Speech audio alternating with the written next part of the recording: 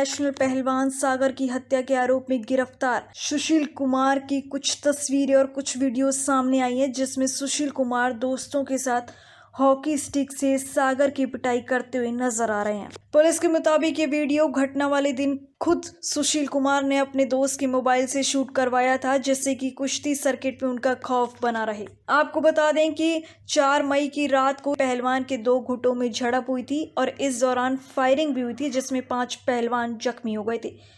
सागर ने अस्पताल में इलाज के दौरान दम तोड़ दिया। पुलिस ने यह भी बताया कि झगड़ा प्रॉपर्टी के विवाद को लेकर हुआ था, जिसके बाद सुशील फरार थे और लुकआउट नोटिस भी उनके खिलाफ जारी किया गया था, लेकिन पुलिस का साथ ना देने पर उनके खिलाफ गैर जमानती वारंट जारी किया गया। दिल्ली पुलिस ने सुशील पर 1 लाख रुपए और उनके पीए के खिलाफ 50,000 रुपए का इनाम भी घोषित किया था। फिलहाल अब दोनों पुलिस की हिरासत में हैं। नई गाइडलाइंस को जारी करने के लिए ट्विटर ने सरकार से 3 महीने की मोहलत मांगी है। इसके साथ ही ट्विटर ने नियमों को लेकर अभिव्यक्ति की आज़ादी खतरे में पड़ने को लेकर भी चिंता जाहिर की है। आपको बता दें कि ट्विटर ने बताया कि हम भारत में अपने स्टाफ की सुरक्षा को लेकर फिक्रमंद हैं। अभी हमारे एम्प्लॉयज़ के साथ भारत में जो घटना हुई है, इसके अलावा जिन लोगों को हम सर्विस देते हैं उनकी आज़ादी को लेकर हम परेशान हैं। दूसरा, हम नियमों को लागू करने के लिए तैयार हैं, लेकिन ये पूरी तरह पारदर्शिता के उसूलों के साथ होगा। हम पूरे मामले में भारत सरकार के साथ अपनी बातचीत को जारी रखेंगे, इसलिए हमें 3 महीने का वक्त दिया जाए ताकि हम इन नियमों को लागू कर सकें। गाइडलाइंस में सोशल मीडिया प्लेटफॉर्म्स को भारत में ही एक अधिकारी अफसर की नियुक्ति की बात कही गई है। इस नियम को लेकर हम फिक्रमंद हैं कि प्लेटफॉर्म पर कंटेंट को लेकर अफसर क्रिमिनली जवाब देगा, जो इस नियम से ये पहुंच खतरनाक स्तर पर बढ़ सकती है। इसलिए ट्विटर ने सरकार से 3 महीने का समय मांगा है ताकि ट्विटर 3 महीने में पूरी तैयारी के साथ इन नियमों को लागू कर सके। आपको बता दें कि इससे पहले व्हाट्सएप ने भारत सरकार के खिलाफ नए नियमों को लेकर केस दर्ज कराया है। बंगाल और उड़ीसा से गुजरने के बाद चक्रवात यास अपने पीछे काफी तबाही छोड़ गया। बंगाल और उड़ीसा में 20 लाख से ज्यादा लोग प्रभावित हुए हैं। बारिश और घरों के टूटने की वजह से 4 लोगों की मौत हो गई। पूरे बंगाल में 3 लाख लोगों के घर इस तूफान से उजड़ गए। 134 बांध टूट गए, जिन्हें ठीक करवाया जा रहा है। इसी बीच बंगाल की मुख्यमंत्री ममता बनर्जी ने बताया कि वो 28 और 29 मई को तूफान प्रभावित इलाकों का दौरा करेंगे। तूफान को देखते हुए सभी फ्लाइट्स को फिलहाल रद्द कर दिया गया है। उड़ीसा और बंगाल में तबाही मचाने के बाद यास तूफान बुधवार को झारखंड पहुंचा। तूफान के कारण 21 जिलों में 24 घंटे बारिश होती रही। 200 से ज़्यादा गांव में अंधेरा छा गया। कई जगह पेड़ और बिजली के खंभे भी गिरे और तूफान झारखंड से गुजरता हुआ अब बिहार पहुंच गया है। बिहार के 26 जिलों में भारी बारिश का अलर्ट जारी किया गया है। तो वहीं मौसम विभाग ने बताया कि तूफान से यूपी के 25 जिलों में भी भारी बारिश होने की आशंका है, जिसके बाद इन जिलों में भी अलर्ट जारी कर दिया गया है। देश में जानलेवा कोरोना वायरस की दूसरी लहर अभी भी बरकरार है। कई राज्य कोरोना वैक्सीन की कमी से परेशान है। तो इसी बीच अमेरिका की फाइजर कंपनी भारत को 5 करोड़ टीके देने को तैयार है, लेकिन उसने कुछ शर्तें रखी हैं। कंपनी ने कहा कि वे केवल भारत सरकार से बात करेगी और टीकों का भुगतान भारत सरकार की तरफ से फाइजर इंडिया को करना होगा। खरीदे गए टीके का घरेलू स्तर पर वितरण करने का काम भारत सरकार को खुद करना होगा। भारत को टीकों की आपूर्ति के लिए फाइजर ने भारत सरकार से क्षतिपूर्ति का करार किए जाने की भी शर्त रखी है। फाइजर का कहना है कि उसने अमेरिका सहित 116 देशों को क्षतिपूर्ति के करार किए हैं और दुनिया भर में फाइजर ने टीकों की अब तक 14.7 करोड़ खुराक दी जा चुकी है, लेकिन फिलहाल अभी कहीं से भी कोई ऐसी रिपोर्ट नहीं आई है जिसमें इसके दुष्प्रभाव निकले हों। इसलिए भारत से भी यही उम्मीद की जा रही है कि वे क्षतिपूर्ति करार पर अपनी रजामंदी रखे। अगर भारत सरकार ऐसा करती है तो टीकाकरण की सूची में फाइजर का टीका भी जुड़ सकता है।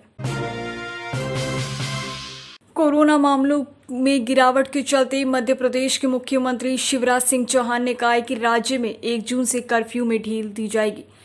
हालांकि उन्होंने बड़े आयोजनों से परहेज करने की अपील करते हुए ये भी कहा कि इससे एक बार फिर स्थिति बिगड़ सकती है। आपको बता दें कि शिवराज ने कहा था कि लोगों ने कई परेशानियां उठाई हैं, कई लोगों की जान चली गई है। ऐसे में वो नहीं चाहते कि ऐसी परिस्थिति दोबारा आए। लेकिन जो लोग 1 जून से कर्फ्यू खुलने का इंतजार कर रहे थे, तो वहीं इंदौर और भोपाल में फिलहाल अभी ये छूट नहीं दी जाएगी। इन दोनों जिलों में 1 जून से कर्फ्यू नहीं खुलेगा। मुख्यमंत्री शिवराज सिंह चौहान ने कहा कि इस बात की कोशिश कर रहे हैं कि 1 जून से मध्य प्रदेश में जनजीवन सामान्य हो जाए, शुरू कर दिया जाए, परंतु आंकड़े बताते कि मध्य प्रदेश के 7 जिले में लॉकडाउन रहेगा और 45 जिलों में कर्फ्यू में ढील दी जाएगी, लेकिन वो ढील धीरे धीरे और चरणबद्ध तरीके से दी जाएगी। कोरोना की इस लड़ाई में टीकाकरण को एक अहम और आखिरी हथियार माना जा रहा है। देश में फिलहाल कोवैक्सीन और कोविशील्ड की डोज लोगों को दी जा रही है, लेकिन अब देशवासियों को स्पुतनिक वी का टीका भी मिलने लगेगा। जून के दूसरे हफ्ते से अपोलो अस्पताल में ये टीका उपलब्ध होगा। आपको बता दें कि घरेलू दवा कंपनी पैनेसिया बायोटेक ने रशियन डायरेक्ट इन्वेस्टमेंट फंड के साथ मिलकर भारत में स्पुतनिक वी कोरोना वायरस टीके का उत्पादन शुरू कर दिया है। हिमाचल प्रदेश में तैयार की गई कोविड-19 के स्पुतनिक टीके की पहली खेप रूस के गामालिया केंद्र भेजी जाएगी, जहां इसकी गुणवत्ता की जांच परख होगी। फिलहाल दोनों कंपनी स्पुतनिक वी की हर साल 10 करोड़ खुराक उत्पादन करने पे सहमत हुए हैं और दोनों की ओर से ये घोषणा अप्रैल में की गई थी। स्पुतनिक वी को भारत में 12 अप्रैल को आपातकालीन इस्तेमाल की अनुमति के साथ पंजीकृत किया गया था। इसके साथ ही कोरोना वायरस की रोकथाम के लिए 14 मई से टीकाकरण अभियान में इसका इस्तेमाल भी शुरू कर दिया गया, लेकिन अब ये वैक्सीन सभी के लिए उपलब्ध हो सकेगी, जिसे अपोलो अस्पताल से लिया जा सकता है। अब बुजुर्ग और विकलांग नागरिकों के घर के पास ही कोरोना टीकाकरण हो सकेगा। इस सुविधा को केंद्रीय मंत्रालय की तकनीकी विशेषज्ञ समिति की सिफारिश पर लाया जा रहा है, जिसमें बुजुर्ग और दिव्यांग नागरिकों के घर के पास ही कोरोना टीकाकरण केंद्र होगा, जिससे उन्हें टीकाकरण में सुविधा मिलेगी। इसे near to home covid vaccine centre कहा गया है।